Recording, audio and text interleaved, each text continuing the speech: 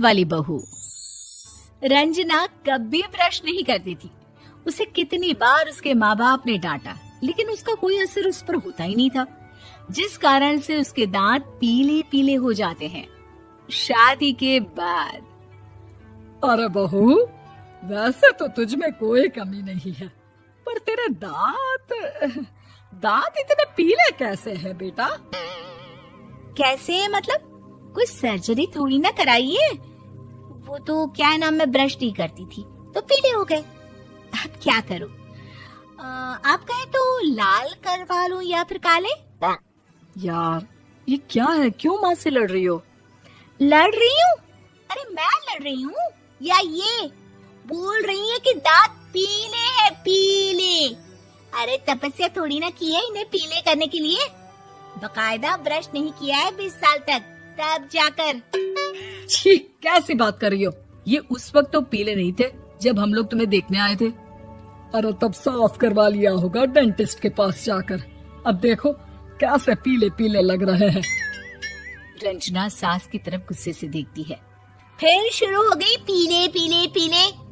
अरे पीले तो तब भी थे जब मेरे हाथ का रसगुल्ला उड़ा उड़ा कर खा रही थी और बोल रही थी, लड़की नहीं गुणों का खजाना दे रहे भाई साहब आप। खैर, अब वो लोग करते भी तो क्या करते, पीले दांत वाली बहू पल्ले पड़ी थी तो झेलना तो था ही। एक दिन कीर्तन में रंजना गाना गा रही थी। अरे कमला बहन, माँ का द्वार है, यहाँ तो सब शुद्ध होकर आते हैं, फिर अपनी बहू को ब्रश भी नहीं करवाती तुम। दूर से पीले पीले दांत भक्ति में बाधा उत्पन्न कर रहे हैं। अरे कोई 2 साल के बच्चे थोड़ी ना लेकर आई हूँ मैं बहू बनाकर। अच्छी खासी लड़की है, अरे कैसे करवाऊं ब्रश?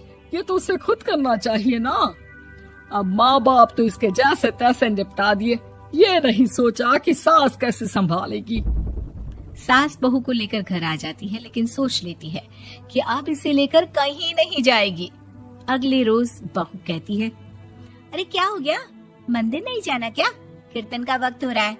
मेरी मधुर वाणी से कान्हा जी जागते हैं और सोते हैं। आप तो जानती है ना उनकी भक्ति में कितना मन लगता है मेरा। वो क्या है ना, तबीयत ठीक नहीं लग रही है मेरी, आराम करूंगी मैं। तबीयत ठीक नहीं लग रही? अभी तो मिथुन के गाने पर नाच रही थी आप, और अब बोल रही है कि तबीयत ठीक नहीं लग रही। अरे भक्ति में मन लगा लो सासू माँ, ऊपर जाना है, क्या मुंह दिखाओगी आप? हाँ? सास को बहू की बात पर गुस्सा आ जाता है। मैं क्या मुंह दिखाऊंगी, इसकी चिंता तो ना कर, समझी? अपने मुंह की चिंता कर, जो ये पीले पीले दांत लेकर हर जगह पहुंच जाती है। पता है लोग कितना मजाक बनाते हैं। ना जी ना, मैं नहीं जाना कहीं तेरे साथ। तो ये बात है। कोई ना, मत जाओ, मैं अपने कमरे में ही बैठकर भक्ति कर लूंगी। ऊपर वाला दांत थोड़ी ना देखता है, मन देखता है, भावना देखता है। और अरे बस बस, तू सब कुछ दिखा, बस ये सफेद चमकदार दांत ना दिखाना किसी को, है? जा यहाँ से। बहू को सास की बात का कोई फर्क नहीं पड़ता, वो तो जैसी थी वैसी ही रह जाती है। सुबह नहाकर किचन में खाना बनाना, फिर खाना खाना, कीर्तन भजन करना और सो जाना। एक दिन, माँ जी मैं सहेली के घर जा रही हूँ, शाम को लेट आऊंगी। हाँ हाँ तो जाना, मैंने कौन सा तेरी आरती करनी है घर पर बैठकर। रंजना सहेली के घर जाती है, जहाँ वो पार्टी में जाने की तैयारी कर रही होती है। अरे शिखा, कहाँ जाने की तैयारी कर रही है? मैं गलत वक्त पर आ गई क्या? अरे नहीं यार, उल्टा सही वक्त पर आ गया। मैंने ये साड़ी और ज्वेलरी निकाली है यार, शाम को इनके ऑफिस की एक पार्टी में जाना है। बताना कैसा लग रहा है ये सब? नहीं यार, इस ड्रेस के साथ तो वो वाली ज्वेलरी अच्छी लगेगी। हाँ हाँ सही बोल रही है, मैंने ध्यान ही नहीं दिया। वैसे तो हमेशा से मस्त फैशन सेंस रखती है। तो बड़ा जाती होगी ना पति के साथ पार्टी में। रंजना कुछ नहीं बोलती, बस सोचती है कि यार काश ये बात सही हो जाती, पर मैं क्यों नहीं जाती पार्टी में? क्या इन लोगों की कोई पार्टी होती नहीं होगी? रंजना घर आती है और रात में पति से सवाल करती है, एक बात बताइए, आप मुझे किसी पार्टी में क्यों नहीं ले जाते? क्या आपके यहाँ ऑफिस में पार्टी नहीं होती? पति बेचारा क्या कहता कि दांत पीले हैं तुम्हारे इसलिए। अरे कोई पार्टी होती नहीं हम लोगों के ऑफिस में, तो कहाँ से लेकर जाऊं?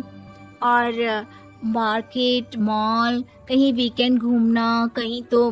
अरे यार, सारे हफ्ते में एक छुट्टी मिलती है, तो सोचता हूँ कि आराम ही कर लूं। क्यों? रंजना मन मार के रह जाती है। पहले कभी सास के साथ मंदिर जाया करती थी, लेकिन वो भी सास ने ले जाना बंद कर दिया। घर बैठी बैठी रंजना बोर हो जाती है। तभी उसे आइडिया आता है और वो मायके जाने का सोचती है। सासू माँ, 2 दिनों के लिए मम्मी के घर जा रही हूँ। अच्छा ठीक है, आराम से जा। और हाँ, माँ से कुछ अच्छी आदत सीख कर आना कि कैसे शरीर के हर भाग की तरह दांतों की सफाई भी जरूरी होती है, समझी? शुरू हो गई ना आप। वो लोग आपकी तरह नहीं है कि छोटी छोटी बात का बतंगड़ बना दे। उन लोगों के लिए मैं मायने रखती हूँ, ना कि मेरे पीले पीले दांत। रंजना माँ को बिना बताए उन लोगों को सरप्राइज देती है, लेकिन जैसे ही वो दरवाजे पर पहुंचती है, अंदर देखती है कि घर वाले कहीं जा रहे होते हैं। अब माँ, काश रंजना दीदी के दांतों वाली प्रॉब्लम नहीं होती, तो वो भी हम लोगों के साथ चलती ना बुआ जी की बेटी की शादी में। हाँ बेटा, लेकिन अब उसे कौन समझाए कि उसको उसके पीले दांत नहीं दिखते, लेकिन उसके आसपास के लोगों को कितना एम्बैरेसिंग फील कराते हैं। मुझे तो कितनी बार उसके स्कूल की टीचर ने शिकायत की कि उसके साथ कोई लड़की बैठना भी नहीं चाहती, और ना ही कॉलेज में कोई उससे बात करना चाहता था। लेकिन पता नहीं क्यों उसे ये बात समझ में ही नहीं आती। कोई कमी नहीं है उस लड़की में, बस यही कि दांत पीले हैं। वो तो भला हो जीजा जी और उनकी माँ का, जो दीदी को जैसी है वैसे ही रखा हुआ है।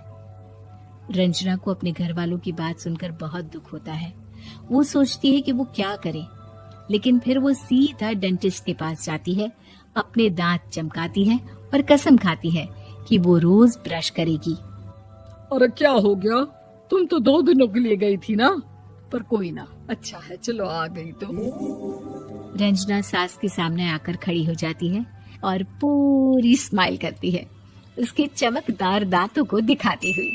हैं? चले मंदिर। माँ, मुझे माफ कर दीजिए, मैंने आप लोगों को बहुत एम्बैरेसिंग फील करवाया। मैं आज से रोज ब्रश करूंगी।